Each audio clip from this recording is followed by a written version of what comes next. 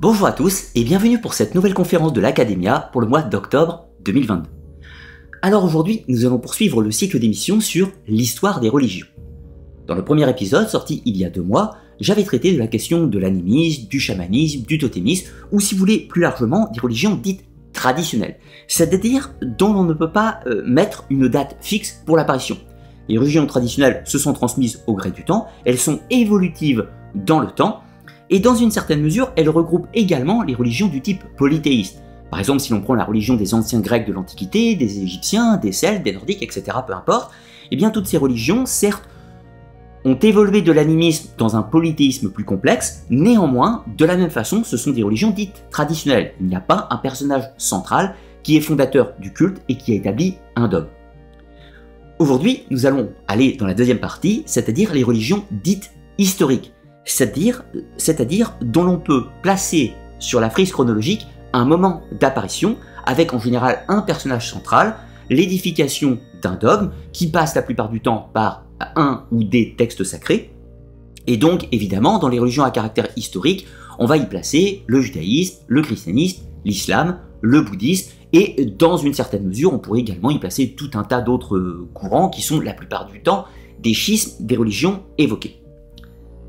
Pour terminer cette brève introduction, habituellement, quand on traite du sujet de l'histoire des religions, on les découpe en 3 périodes. La première qui est plutôt de l'ordre de la préhistoire proto-histoire, où on y place habituellement les cultes de type animiste et tous ses dérivés, culte des esprits, culte de la nature, culte des ancêtres, etc. Puis on passe dans une deuxième phase, plus propre à l'Antiquité, avec les religions dites polythéistes. Encore une fois, la religion des anciens Celtes, des anciens Grecs, des anciens Égyptiens, Mésopotamiens, etc. Et puis on passe habituellement dans une troisième partie temporelle, qu'on dit les religions dites révélées, avec les religions évoquées, judaïsme, christianisme, islam et par exemple le bouddhisme aussi. J'ai décidé de ne pas faire ce découpage temporel et de me limiter à l'autre forme de découpage, c'est-à-dire qui les sépare en les religions traditionnelles, évolutives, alors et de l'autre côté les religions dites révélées ou historiques, avec un personnage central et l'établissement d'un dogme. N'attendons pas plus longtemps et présentons le plan de la conférence. Alors, tout d'abord une introduction pour revenir un peu sur la définition qu'est-ce qu'est une religion, mais bien évidemment dans le cadre des religions à caractère historique. Ensuite, une première partie, la naissance d'une religion, encore une fois à caractère historique ou révélé si vous préférez. On va voir tout le processus de gestation de systèmes religieux. Ensuite, dans une deuxième partie, nous parlerons des religions historiques à proprement parler, en faisant un petit peu leur chronologie, leur historique, présenter leur personnage central, éventuellement quelques points de comparaison entre ces différentes religions. Dans une troisième partie, nous allons parler des rites religieux à proprement parler, les comparer entre elles, et voir surtout comment ces rites religieux sont eux-mêmes nés de l'évolution des religions traditionnelles qui existaient au préalable, bien sûr. Et puis dans une quatrième partie, nous parlerons de l'héritage et de l'évolution, c'est-à-dire sur quoi s'appuient ces religions historiques, quels sont les éléments des religions traditionnelles qui sont encore présents dedans, et nous parlerons de leur évolution, c'est-à-dire comment elles ont évolué dans leur longue période historique, parfois qui dépasse les 2000 ans, et puis leur évolution dans le futur, quel est le devenir de ces religions. Il sera d'ailleurs un petit peu la conclusion, l'avenir des religions, où j'ouvrirai la porte pour le 3e épisode de cette série, en l'occurrence. Alors, avant d'aller plus loin, une petite mise en garde, comme à l'habitude, je sais, je me répète, je vous rappelle que lorsque je traite des religions, mon but n'est pas de faire la critique des systèmes religieux, ni même d'en faire la promotion. Le but est de présenter ce sujet dans un cadre historique, mais également anthropologique ou sociologique, afin d'étudier le pourquoi, le comment, et le comment ça s'est passé, pourquoi les gens croient, qu'est-ce qui permettre de spécifier ces différents modes de croyance, etc., etc. Vous l'aurez compris. Il n'y a pas dans cette émission un but de critique ou de politisme, ni l'un ni l'autre. Les croyances vous appartiennent, elles ne m'appartiennent pas, mais néanmoins, je vous demanderai une certaine forme de bienveillance. Mon but n'est pas d'agresser les religions, mais je vous demanderai le même respect envers ma personne qui a le droit de facto de faire une analyse historique de ce sujet. Ceci étant dit, nous pouvons continuer et nous allons présenter cette fois-ci le plan de l'émission. Alors, l'introduction, qu'est-ce qu'une religion? Donnons tout d'abord la définition du Larousse. Une religion est un ensemble déterminé de croyances et de dogmes définissant le rapport de l'homme avec le sacré. C'est un ensemble de pratiques et de rites spécifiques propres à chacun à chacune de ses croyances. C'est l'adhésion à une doctrine religieuse ou plus simplement le fait d'avoir la foi. Alors là, il y a un petit point qui me semble essentiel à spécifier. Ce qui différencie de façon fondamentale les religions traditionnelles des religions historiques, c'est la présence d'un dogme.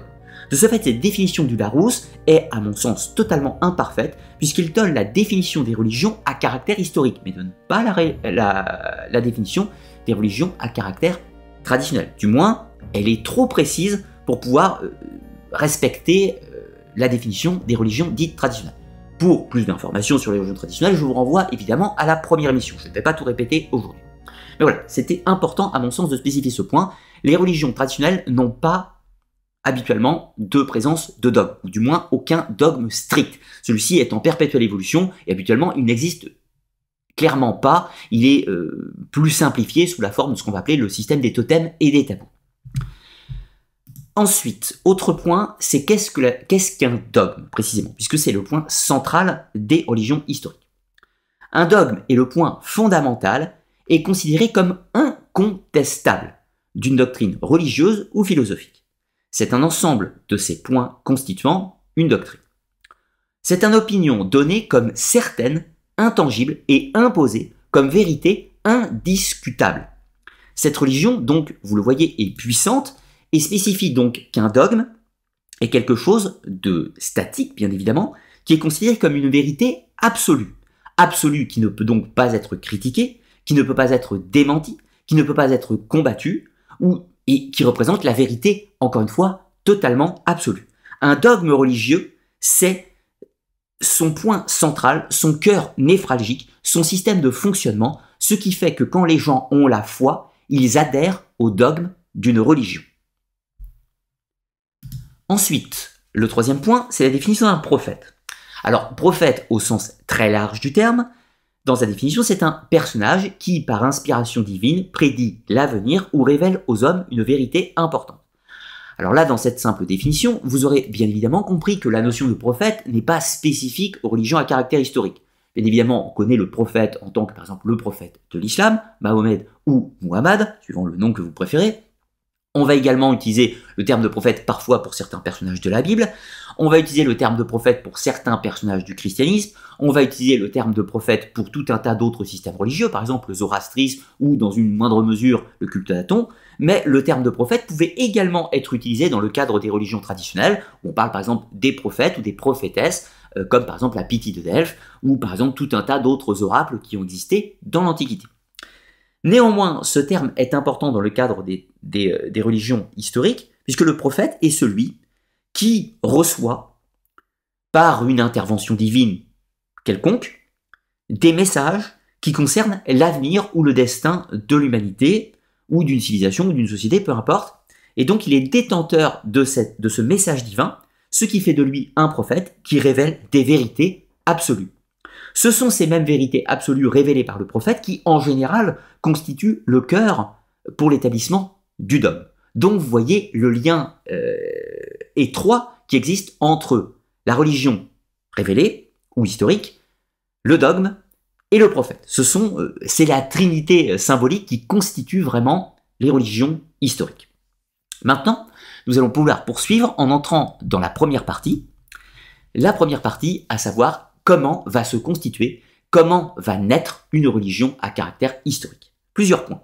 Le premier, c'est quel est son terreau, quelle est sa base, son environnement de naissance, à savoir quelle est la religion traditionnelle dans laquelle est issue une religion historique.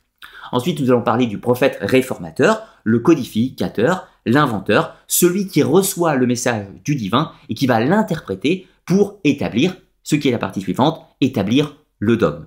Et puis ensuite, nous allons parler, sujet assez polémique, à savoir la question du prosélytisme religieux, ou comment ces religions historiques vont tenter de se répandre, de convertir les âmes, plus simplement.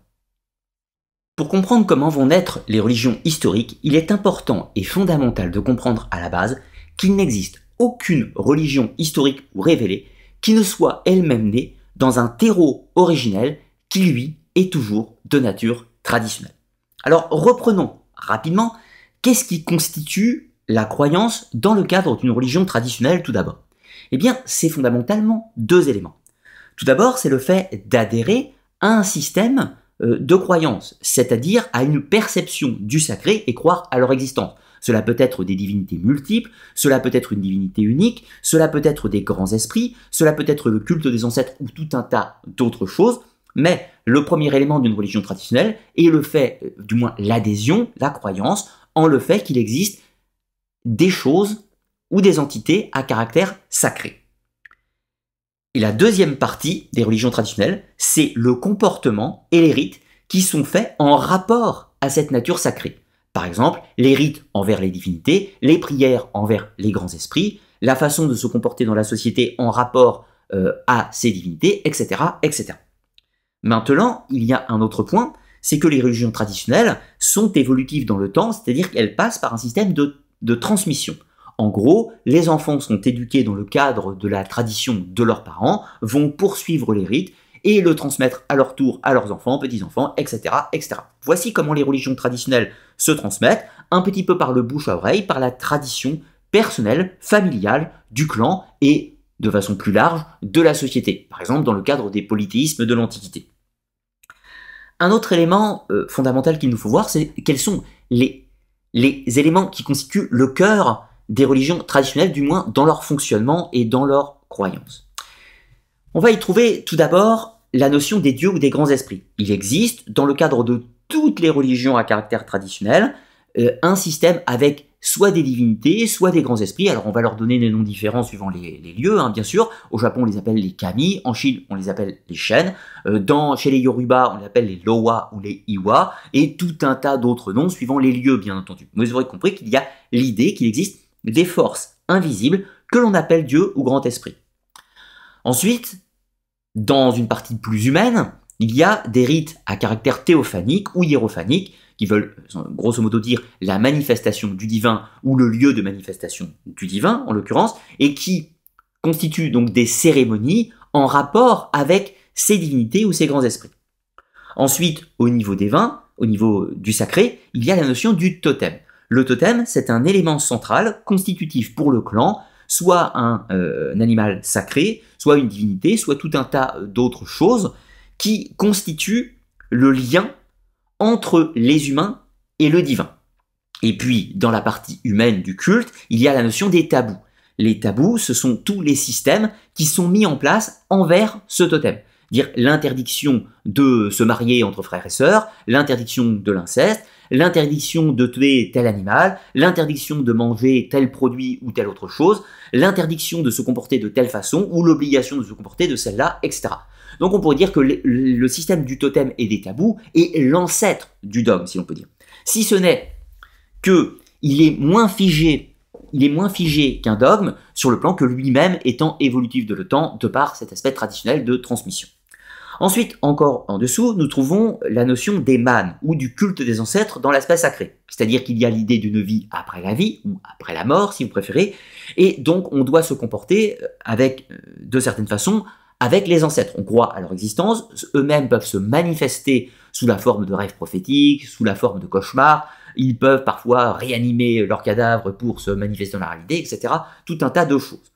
Et ensuite, dans l'aspect plus humain, il y a des rites, qu'on va appeler les rites du chamanisme, sur la façon de se comporter avec l'âme des ancêtres, avec la manne, les rites pour les honorer, leur faire des offrandes, calmer leur colère et tout un tas d'autres choses.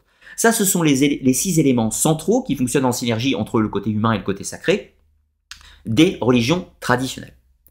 Donc, toutes les religions historiques vont bénéficier à l'origine, elles sont baignées dans ce moule-là, si l'on peut dire. Mais il va y avoir une évolution.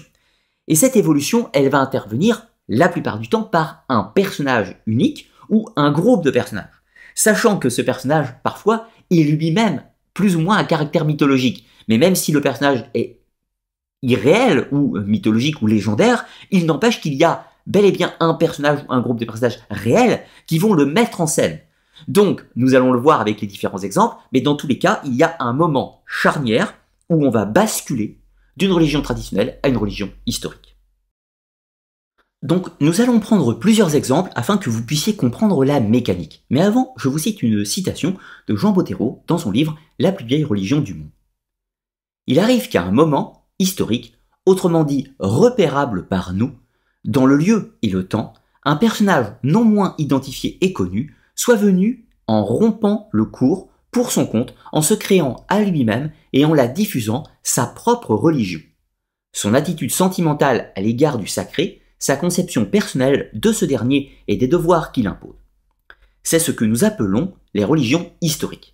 On dit aussi révélées, laquelle réclame des individus, au moins tant qu'elles ne sont pas encore implantées, de passer dans la culture commune une convention, c'est-à-dire un abandon volontaire du système traditionnel pour s'agréger au seul nouveau.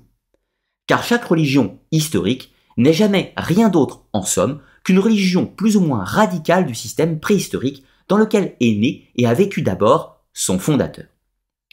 Alors, nous allons prendre donc plusieurs exemples, et le premier, du moins le plus ancien que l'on peut identifier comme étant le concepteur d'une religion historique, c'est Zarathustra, ou Zoroastre, le prophète ou l'inventeur du zoroastrisme. Alors, tout d'abord, il semble, au vu des connaissances actuelles, que Zarathustra ait réellement existé, même s'il ne représente pas forcément un personnage unique, peut-être un collège de personnes, mais sensiblement on peut considérer qu'il y a une réalité dans le personnage de Zarathustra. Néanmoins, il y a beaucoup d'incertitudes. Nous ne savons pas exactement quand il a vécu.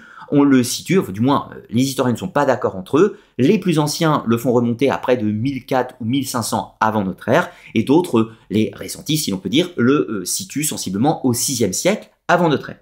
Dans tous les cas, cela donne une fourchette d'à peu près 1000 ans, ce qui est, vous l'aurez compris, relativement vaste.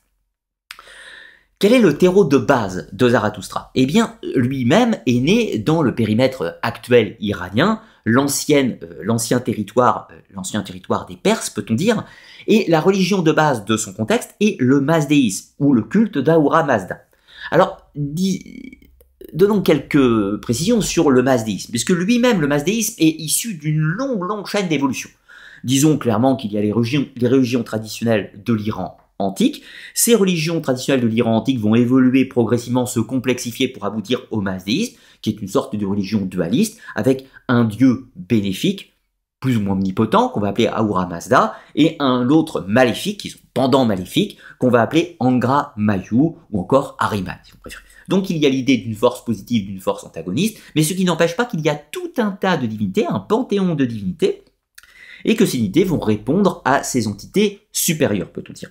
Donc, le mazdéisme est une religion qui est un peu à cheval entre le polythéisme et le monothéisme. Néanmoins, ce n'est pas une religion révélée et donc pas une religion historique, puisqu'on ne peut pas dire exactement à partir de quand va commencer le mazdéisme. En revanche, il y a une modification. Quand Zarathustra arrive, il va réinterpréter le mazdéisme, il va faire disparaître l'entité négative, si l'on peut dire, pour arriver à un véritable monothéisme avec la figure d'Ahura Mazda. Et la figure du mal n'est plus une personne à proprement parler, mais devient une sorte d'absence du bien, si vous préférez, ce qui n'est pas du tout la même chose. Donc, Zarathustra va ensuite codifier sa doctrine dans des textes qu'on va appeler les gathas, qui sont en fait tout simplement son enseignement. Alors, néanmoins, quelles sont ses influences de pensée? Comment va-t-il faire évoluer ce mazdéisme en le zoroastrisme? Eh bien, ces influences, tout d'abord, nous sont inconnues. Certaines théories disent qu'il aurait pu être influencé par la philosophie indienne, principalement le brahmanisme de l'époque, mais ceci reste à ce stade hypothétique, bien sûr. Donc sa création sera la religion du zoroastrisme, religion historique révélée par lui-même. C'est une réforme du monothéisme, à savoir du monothéisme du mazdéisme, enfin monolatrie, monothéisme, polythéisme du mazdéisme, qui évolue en un monothéisme. Ces textes sont les gathas. Alors les gathas, ce sont ses enseignements, mais comment les reçoit-il? Eh bien, c'est par inspiration divine. Il est, par une recherche personnelle, une sorte d'éveil mystique, peut-on dire, il entre en contact avec la puissance divine, avec la puissance sacrée, et de ce lien avec le sacré, il va en tirer des enseignements ou des prophéties. Et il va les codifier dans des textes, et donc c'est, peut-on dire, l'établissement du dogme. Il faut respecter les enseignements de Zarathustra, car lui-même les a reçus d'un contact privilégié avec la divinité, ou du moins l'esprit divin supérieur. Ensuite, prenons un deuxième exemple avec Siddhartha Gautama, plus connu sous le terme de Bouddha. Il est le créateur ou l'inventeur du bouddhisme. Au niveau de sa date, c'est un petit peu plus précis, puisque déjà, premier point, nous savons que Siddhartha Gautama a réellement existé. Même si certains éléments de sa vie sont plutôt de l'ordre de la légende, il n'empêche que nous avons plusieurs éléments qui permettent d'attester son existence avec une petite incertitude entre le 7e et le 5e siècle avant notre ère. Néanmoins, lui aussi, Siddhartha Gautama, il a un terreau de base. Il n'est pas né tout d'un coup avec un concept clé en main. C'est par une longue suite d'évolutions, qui nous est à peu près connue d'ailleurs, que nous savons comment il va aboutir à la création du bouddhisme. Alors son terreau de base, l'environnement religieux dans lequel il est, c'est le brahmanisme, donc la religion de l'Inde de cette époque. Le brahmanisme qui est lui-même une évolution du védisme précédent, donc le védisme, une religion tout à fait traditionnelle, qui est polythéiste. Le brahmanisme est une religion qui commence à aborder des concepts plus panthéistes, mais néanmoins qui est toujours traditionnel, puisqu'il n'y a pas un moment révélé pour le brahmanisme. Il n'y a pas un moment clé où on peut dire le brahmanisme existe à partir de maintenant. C'est une évolution lente, si l'on peut dire. Au niveau de sa influence, eh bien, il sera touché lui-même par d'autres courants de l'époque, notamment le jaïnisme, les courants de l'ascétisme divers et variés. Alors, quelques points sur la vie de Gautama, avant d'aller plus loin. Siddhartha Gautama est né dans un milieu plutôt favorisé, on lui dit fils de roi, etc., je passe les détails. Mais l'idée, c'est que assez jeune, vers l'âge de 25-26 ans, il va partir en quête d'une certaine forme de l'éveil mystique. Dans un environnement du brahmanisme, il va s'intéresser à d'autres formes religieuses qui sont jumelles, qui sont nées elles aussi dans le terreau du brahmanisme, notamment les courants de l'ascétisme, notamment les courants du jaïnisme, comme je citais préalablement. Mais au cours de sa recherche, ces différents courants ne vont pas lui convenir. Il ne va pas y trouver sa vérité. Alors il va chercher au-delà. Et une fois qu'il a cherché au-delà, il va tout simplement inventer son propre système, le bouddhisme. Mais ce qui est plus important, c'est que le bouddhisme, c'est la notion du Bouddha, c'est-à-dire l'éveil mystique. Mais en gros, ce qu'il va codifier, c'est l'établissement d'un dogme, avec le noble chemin octuple, c'est-à-dire les 8 voies, les 8 sagesses qu'il faut acquérir pour pouvoir atteindre le chemin de l'éveil, avec plusieurs constats qui vont former le dogme. Le monde est souffrance, cette souffrance a une origine, au-delà il y a une solution à la souffrance, et le 4e point central qui est le chemin pour se libérer de la souffrance, etc. etc. Donc c'est bel et bien une religion révélée, au sens que c'est la révélation à Siddhartha Gautama qui développe ce nouveau concept et qui va prendre le nom de bouddhisme. Continuons avec quelques éléments. Donc il crée le bouddhisme primitif ou originel. Pourquoi bouddhisme primitif ou originel? Eh bien parce que le bouddhisme lui-même va évoluer dans plusieurs directions qui sont relativement proches, mais néanmoins, il y a plusieurs formes de bouddhisme à l'état actuel. Donc Gautama est bel et bien l'inventeur du bouddhisme premier originel. J'entends. Le type, eh bien c'est une réforme du brahmanisme traditionnel qui évolue en religion historique différente pour le fait d'aborder le chemin de l'éveil.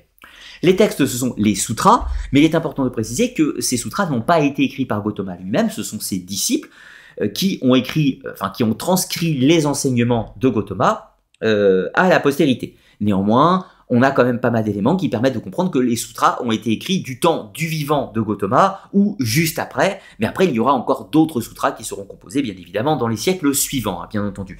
Donc le dogme du bouddhisme est beaucoup plus évolutif que le dogme religieux de d'autres religions que nous verrons par la suite. Néanmoins, il y a bel et bien un dogme de base, et ce dogme de base, lui, est resté plus ou moins inchangé, si ce n'est qu'il s'est complexifié et partage quelques différences suivant les courants. Vous l'aurez compris. Allons plus loin avec la troisième temporellement qui apparaît, c'est Moïse, le codificateur du judaïsme. Alors là, faisons une petite pause rapidement, vous allez me dire, ben oui, mais si Gautama a vécu entre le 7e et le 5e siècle avant Jésus-Christ, l'inventeur du bouddhisme, eh bien Moïse c'est plus ancien, il a vécu avant, et donc le judaïsme est plus ancien que le bouddhisme. Oui, mais non, parce que nous allons le voir que justement le personnage de Moïse, lui, nous avons des doutes quant à son historicité. De ce fait, nous allons pouvoir attester de l'existence du judaïsme à partir du moment où sont codifiés les textes, et pas au moment de la vie supposée de Moïse, ce que nous allons voir. D'après la Bible, Moïse aurait vécu sensiblement entre le 14e et le 13e siècle avant Jésus-Christ.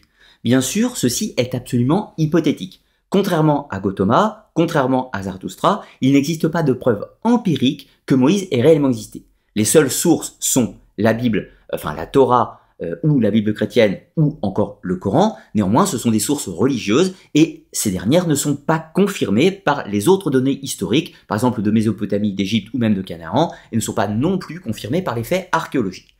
Néanmoins, je pense, et à titre purement personnel, qu'un personnage qui fait office de Moïse a réellement existé et a pu servir d'inspiration au Moïse de la Bible. Il a servi de prototype ou de figure mythique sur lequel on a édifié le passé mythique. Alors, la religion de base dans laquelle va naître le judaïsme, c'est le polythéisme cananéen. Donc, à ce stade, c'est une religion où il y a une ribambelle de divinités, mais avec la spécificité, c'est que le peuple hébreu possède une monolatrie envers une divinité qui s'appelle Yahvé.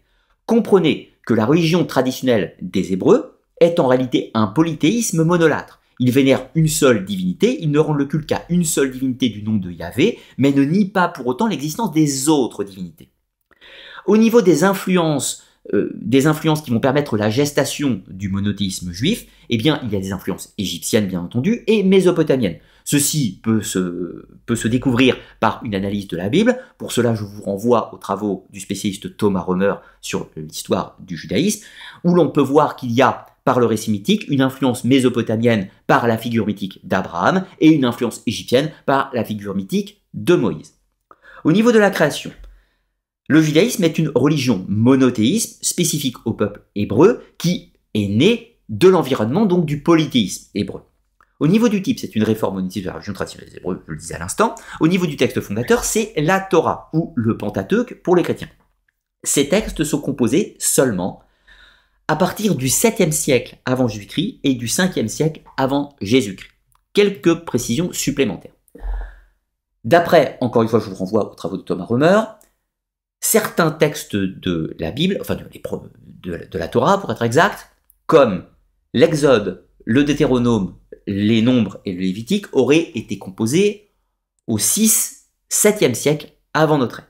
Donc on va considérer que c'est le moment temporel de l'apparition de la religion du judaïsme, et qui va utiliser la figure de Moïse, personnage possiblement plus ancien, avec de l'antériorité sur lequel on édifie le récit mythique de la création. C'est-à-dire que si l'on prend la Bible, eh bien, la révélation à Moïse intervient sensiblement au 14-13e siècle avant notre ère, mais sur un plan purement historique, religion historique, elle n'apparaît seulement qu'au 7e siècle ou 6e avant notre ère.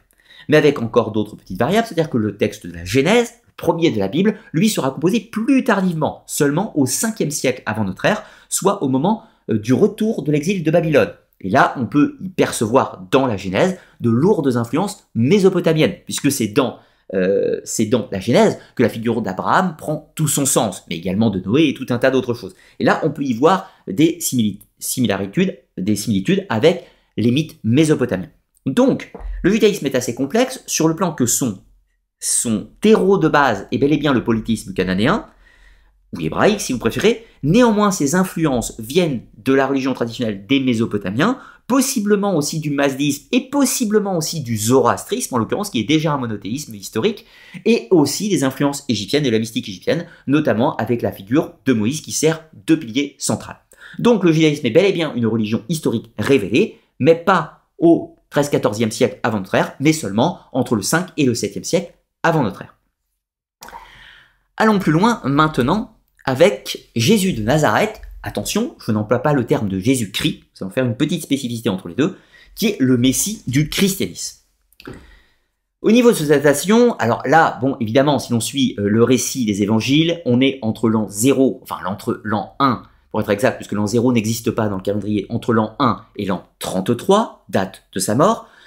Mais en fait, si on est plutôt sur un aspect historique, aujourd'hui, la plupart des historiens s'entendent pour dire qu'un personnage qui aurait été Jésus de Nazareth aurait réellement existé, et se placerait sensiblement entre une naissance qui aurait lieu entre -7 et -5 avant Jésus-Christ, vous comprenez pourquoi je fais une différence entre les deux termes, et serait mort sensiblement entre 30 et 33 de notre ère.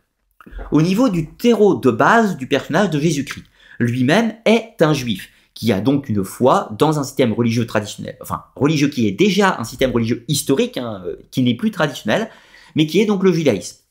Par contre, on peut y déceler des influences. Alors il y a de grands débats, je vais simplifier un petit peu, mais les influences qui ont germé et fait naître une nouvelle religion historique dans une religion historique précédente, eh bien c'est tout d'abord la philosophie grecque, pour être exact plutôt le courant des néo-platoniciens, mais également certains courants mystiques du judaïsme, notamment ce qu'on appelle les courants apocalyptiques et possiblement le courant dit des Esséniens. Pourquoi on pense qu'il y aurait pu y avoir une influence du courant essénien? il n'existe aucun élément qui permette d'attester que Jésus ait fait partie du courant des Esséniens. En revanche, il y a de gros soupçons pour le fait que Saint Jean le Baptiste, lui, ait fait partie des Esséniens et qui peut faire figure de premier enseignant de Jésus de Nazareth, possiblement. Je mets de gros guillemets évidemment, ceci est fragile sur le plan historique, mais c'est une théorie qui est recevable et qui mérite d'être poursuivie, ce qui sera évidemment le cas dans les décennies à venir, bien entendu. Alors pour aller plus loin, donc Jésus de Nazareth est l'inventeur ou le créateur du christianisme primitif ou originel, puisque vous l'aurez compris que comme pour le bouddhisme, il y a tout un tas de christianisme de nos jours, que ce soit le catholicisme, l'orthodoxie, les protestants, les luthériens et j'en passe et des meilleurs, bien évidemment. Donc le christianisme primitif, c'est l'enseignement de Jésus de Nazareth. Le type de religion, eh bien c'est une réforme du judaïsme dans une visée, cette fois-ci universaliste, plus vaste, catholicos, hein, qui vise tous les individus. Au niveau des textes, donc l'établissement du dogme, ce sont les évangiles, mais en précisant que de la même façon que pour Gautama, ce n'est pas Jésus de Nazareth qui a composé les évangiles, ce sont les apôtres, ou plutôt les disciples des apôtres, donc une deuxième ou une troisième génération possiblement, qui sont les édificateurs des évangiles. Alors qu'est-ce que ce sont ces textes? Eh bien ce sont en théorie les enseignements de Jésus de Nazareth, qui devient Jésus-Christ à cet instant-là en tant que figure mythique, et qui propose donc son enseignement via ces textes codifiés par les apôtres ou disciples des apôtres. Il y a également les éléments de la vie de Jésus de Nazareth qui, par ces textes, quittent l'humanité de Jésus de Nazareth pour devenir Jésus, sous sa forme divine, c'est à dire en tant que Jésus-Christ, bien entendu. Donc Jésus de Nazareth qu'on peut étudier sur un plan historique, et Jésus-Christ qui est le personnage en tant que Dieu incarné sur terre, et donc Dieu fait homme, et qui répand l'enseignement de Dieu directement. Alors, Jésus, évidemment, dans cette lecture, n'est pas un prophète. Il n'est pas celui qui reçoit le message divin. Il est lui-même le personnage divin et les donne à l'humanité. Mais vous avez compris que la mécanique est la même, sur le plan que c'est dans un instant T, historique, que le message du sacré va se répandre sur terre et est codifié sous la forme d'un dogme, sous le nom des évangiles, qui est la transposition de cet enseignement. Terminons avec un dernier exemple de prophète ou de personnage qui va inventer une nouvelle religion, à caractère historique encore une fois. Il s'agit de Mahomet ou Muhammad, le prophète du